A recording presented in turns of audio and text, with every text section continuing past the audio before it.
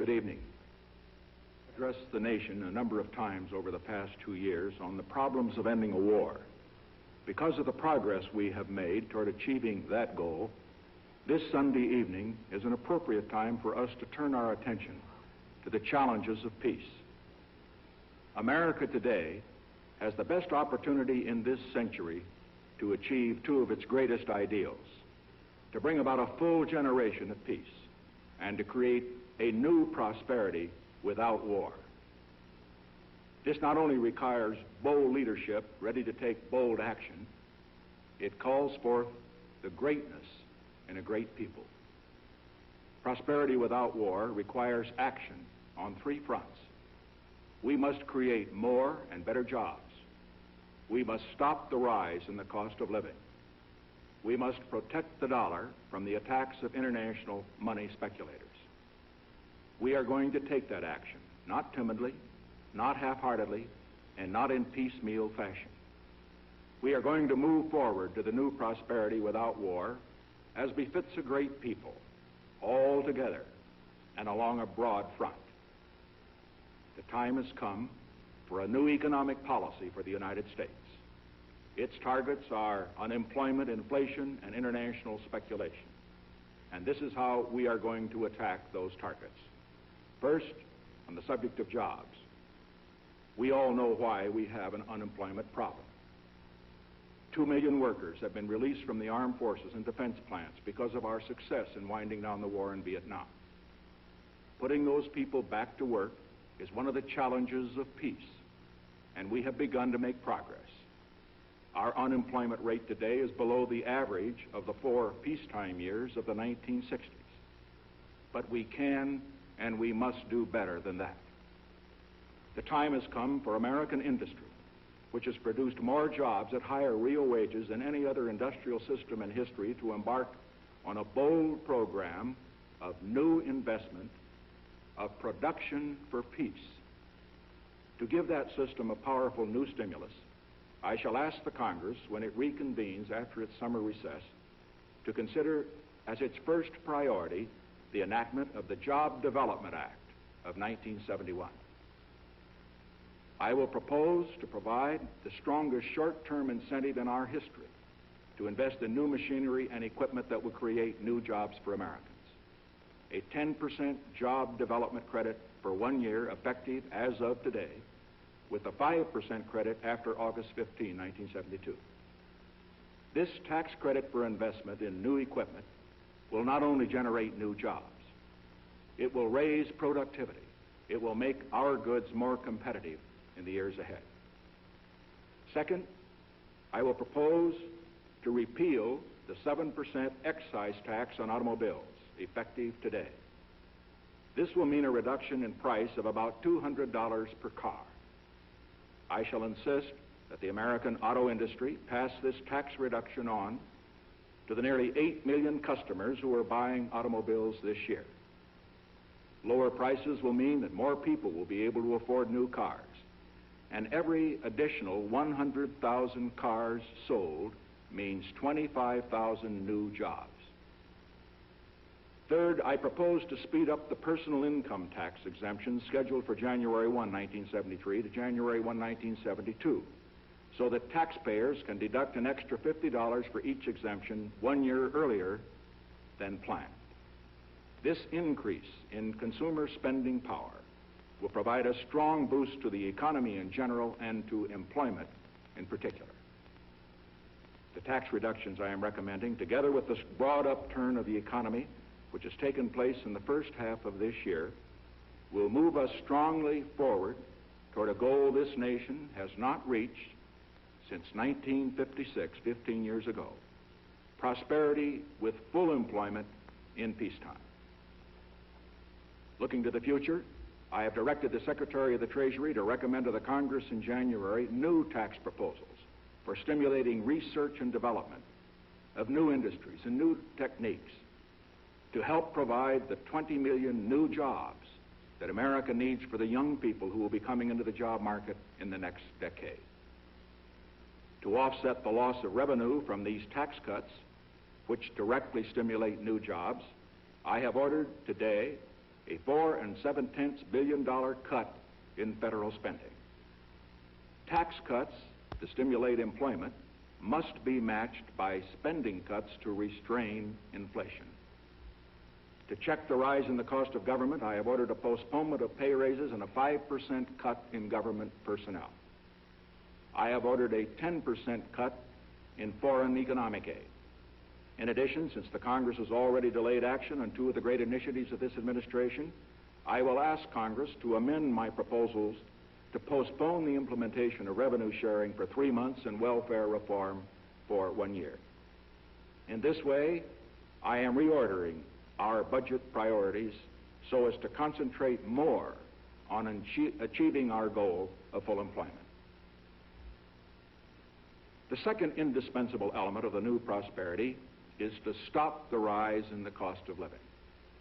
One of the cruelest legacies of the artificial prosperity produced by war is inflation. Inflation robs every American, every one of you. The 20 million who are retired and living on fixed incomes, they are particularly hard hit. Homemakers find it harder than ever to balance the family budget. And 80 million American wage earners have been on a treadmill. For example, in the 4 war years between 1965 and 1969, your wage increases were completely eaten up by price increases. Your paychecks were higher, but you were no better off. We have made progress against the rise in the cost of living. From the high point of 6% a year in 1969, the rise in consumer prices has been cut to 4% in the first half of 1971. But just as is the case in our fight against unemployment, we can and we must do better than that. The time has come for decisive action, action that will break the vicious circle of spiraling prices and costs. I am today ordering a freeze on all prices and wages throughout the United States for a period of 90 days. In addition, I call upon corporations to extend the wage price freeze to all dividends. I have today appointed a cost of living council within the government. I have directed this council to work with leaders of labor and business to set up the proper mechanism for achieving continued price and wage stability after the 90-day freeze is over. Let me emphasize two characteristics of this action. First, it is temporary. To put the strong, vigorous American economy into a permanent straitjacket would lock in unfairness. It would stifle the expansion of our free enterprise system. And second, while the wage price freeze will be backed by government sanctions, if necessary, it will not be accompanied by the establishment of a huge price control bureaucracy. I am relying on the voluntary cooperation of all Americans, each one of you, workers, employers, consumers, to make this freeze work. Working together, we will break the back of inflation, and we will do it without the mandatory wage and price controls that crush economic and personal freedom. The third indispensable element in building the new prosperity is closely related to creating new jobs and halting inflation. We must protect the position of the American dollar as a pillar of monetary stability around the world. In the past 7 years, there's been an average of 1 international monetary crisis every year. Now, who gains from these crises? Not the working man, not the investor, not the real producers of wealth. The gainers are the international money speculators. Because they thrive on crises, they help to create them. In recent weeks, the speculators have been waging an all-out war on the American dollar. The strength of a nation's currency is based on the strength of that nation's economy. And the American economy is by far the strongest in the world. Accordingly, I have directed the Secretary of the Treasury to take the action necessary to defend the dollar against the speculators. I have directed Secretary Connally to suspend temporarily the convertibility of the dollar into gold or other reserve assets, except in amounts and conditions determined to be in the interest of monetary stability and in the best interest of the United States. Now, what is this action which is very technical, what does it mean for you? Let me lay to rest the bugaboo of what is called devaluation. If you want to buy a foreign car or take a trip abroad, market conditions may cause your dollar to buy slightly less. But if you are among the overwhelming majority of Americans who buy American-made products in America, your dollar will be worth just as much tomorrow as it is today. The effect of this action, in other words, will be to stabilize the dollar. Now, this action will not win us any friends among the international money traders.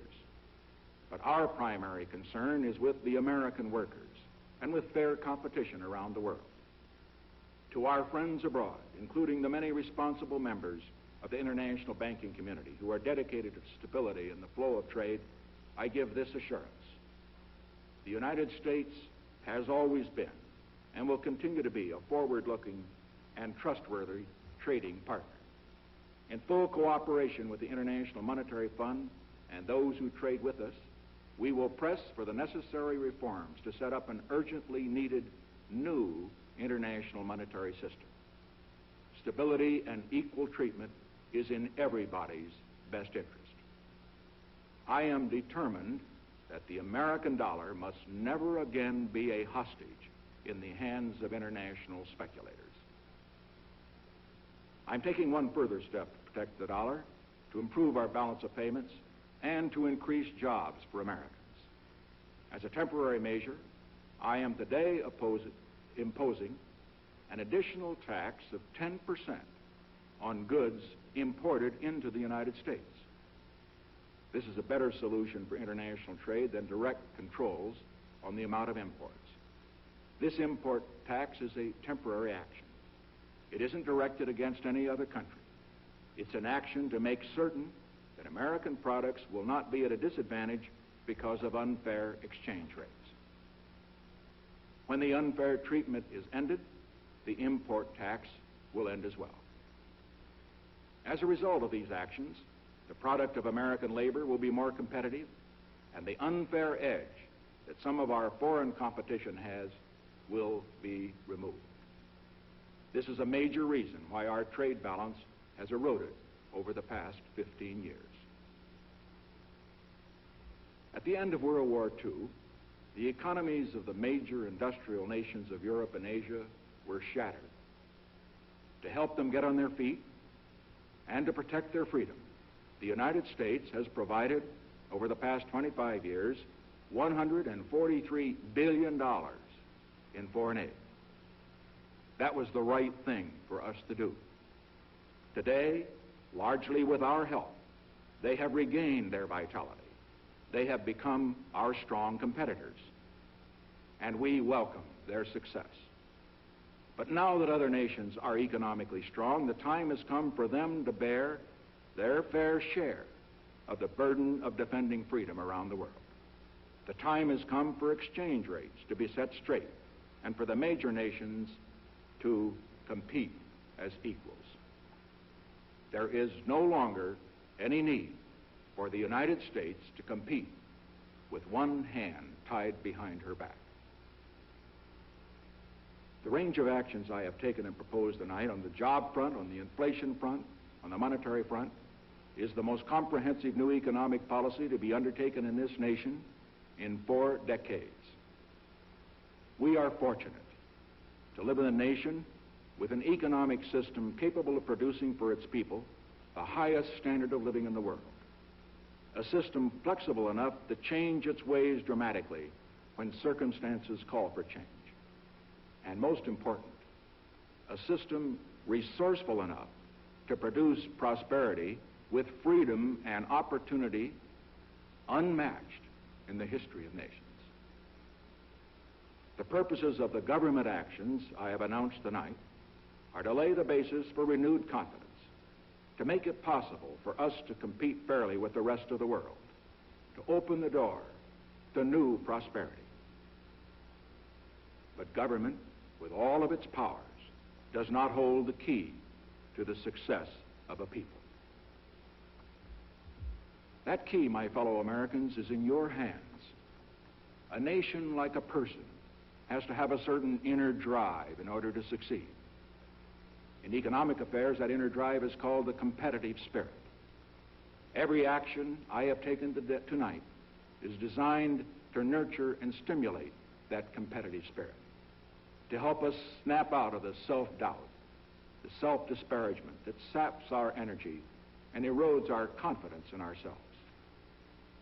Whether this nation stays number one in the world's economy or resigns itself to second, third, or fourth place, whether we as a people have faith in ourselves or lose that faith, whether we hold fast to the strength that makes peace and freedom possible in this world or lose our grip, all that depends on you, on your competitive spirit, your sense of personal destiny, your pride in your country and in yourself. We can be certain of this.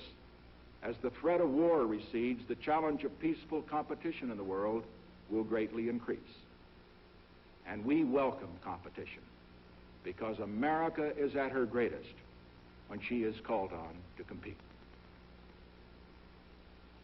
As there's always been in our history, there will be voices urging us to shrink from that challenge of competition, to build a protective wall around ourselves, to crawl into a shell as the rest of the world moves ahead. 200 years ago, a man wrote in his diary these words: "Many thinking people believe America has seen its best days."